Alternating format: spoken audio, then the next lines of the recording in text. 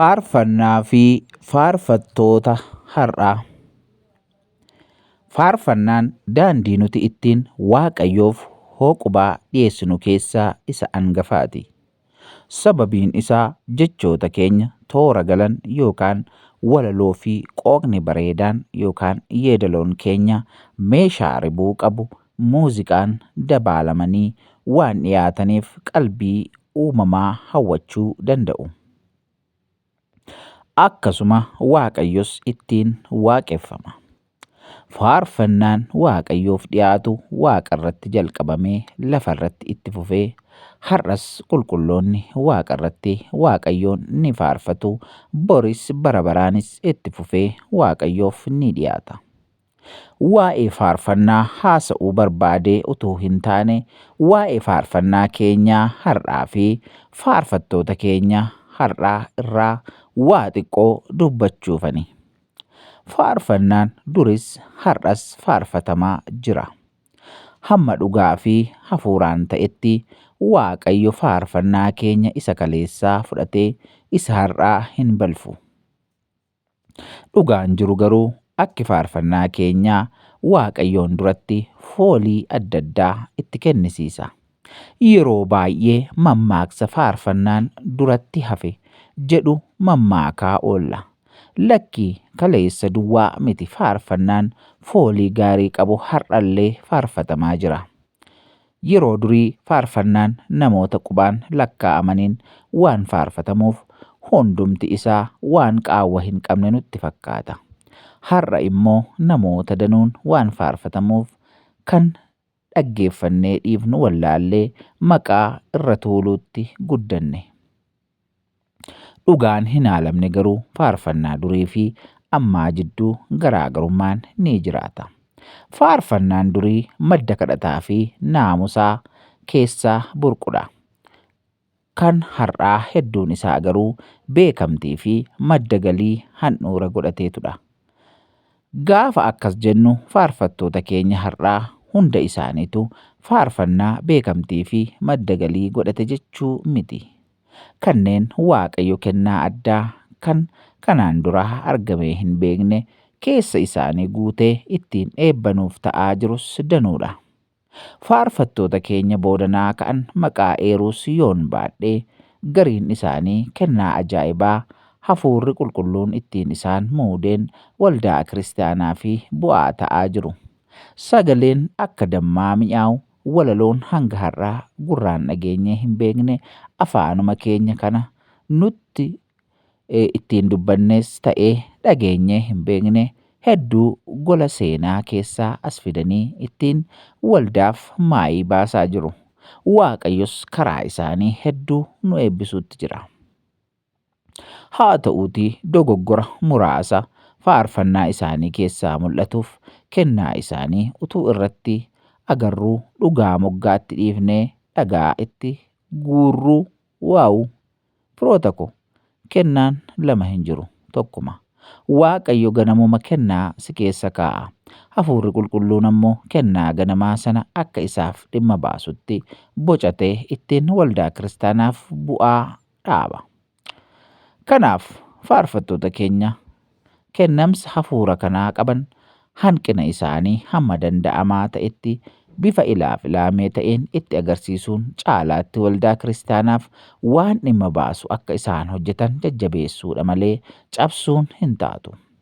Warra kennaa malee callisanii ulaa aarsaa dhiphisan kennaa isaanii akka hin taane waldaan itti himtee dhaabsisuu yoo didan isaaniifuu kisaaraadha waan ta'eef dhiisuudha.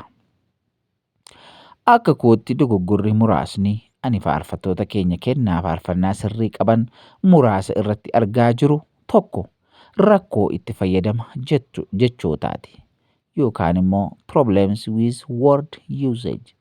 Jalqabuma irraa jechi nuti faarfannaa keenya keessatti fayyadamnu roga wangeelaan sirriidha isa jedhu dursinee ilaaluu qabna. Akkasumas jechoota amaleeffannaa sirboota biyya lafaa qaban mammaaksa aadaa keessaa wangeela waliin hin deemne eeggachuudha. Akkasuma jecha roga hin qabne jecha haaraa waan ta'ee qofaaf faarfannaa koo beeksisa jedhee namni fayyadamu irraa of qusachuudhaa qaba. Lammaffaa yeedaloo fi dhaadannoo alaa dhufii yookaan foreign hymn slang and slogan. Faarfannaan keenya har'aa hedduun isaanii yeedaloo ergifataa alaa hedduu irraa bocamu. Fakkeenyaaf yeedaloo sirbaa hedduutti utuu dhimma ba'amuu argaa jirra.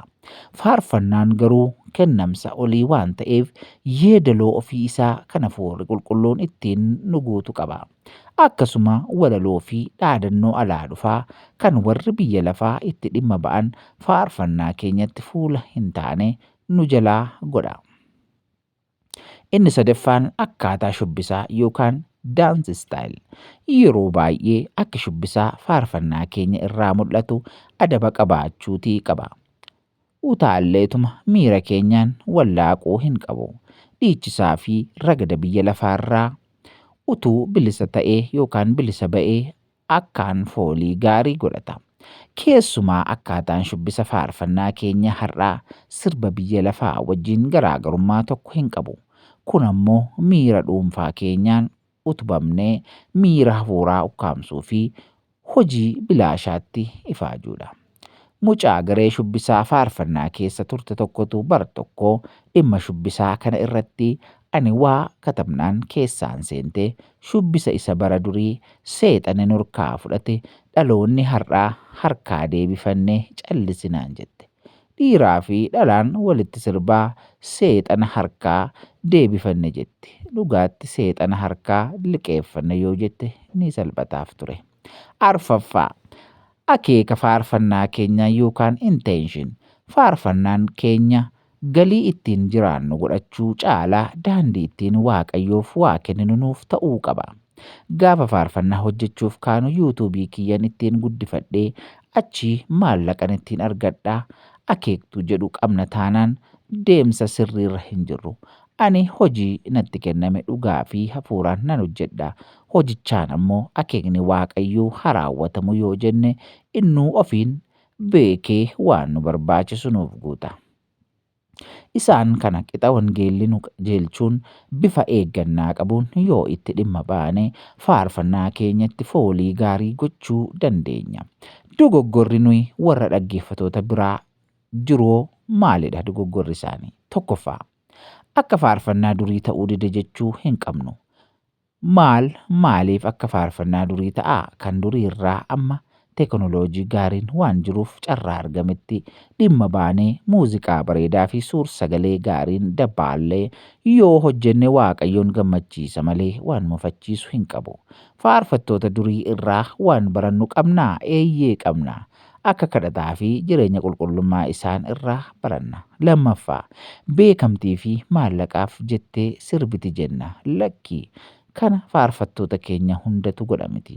Warri kana godhan ammoo hiikaan faarfannaa isaaniif hin galle. Kana jennee hunda bakka tokkotti hamilee cabsuu irraa of qusachuutii qabna. Inni sadaffaan faarfattoota keenya waan dandeenyuun haa tumsinu. Tumsuu iyyuu yoo dhiifne utuu hamilee isaanii eegne gaariidha. Kanaaf waan dandeenyuun cina dhaabbannee gorsa yoo jabeessine caalaatti waan gaarii isaanirraa dhageenya hubachiisa. Ergaan olii kun kan ilaallatu faarfattoota kennaa sirrii qaban qofa. Warra kennaa malee faarfannaas ta'e ulaa kana haalessan qeequus ta'e dhaabadhu jechuun itti fufa. Egaan faarfannaan kan faarfatamu Kiristoosii fi kaleessas har'as Kiristoos bara baraan ni faarfatama. Egaa faarfattoota duriis ta'e kan har'aa Kiristoosiin yookaan immoo Waaqayyoon faarfatu. Egaa dhaamsi kun namoota hundumaa bira akka ga'u gonfoo miidiyaa share, subscribe, like gochuu hin dagatinaan dhaamsa keenya dhaamsa gonfoo miidiyaatii bara yeroo keessan Waaqayyo isinaa eebbisuu turtii gaarii qabaadhaa.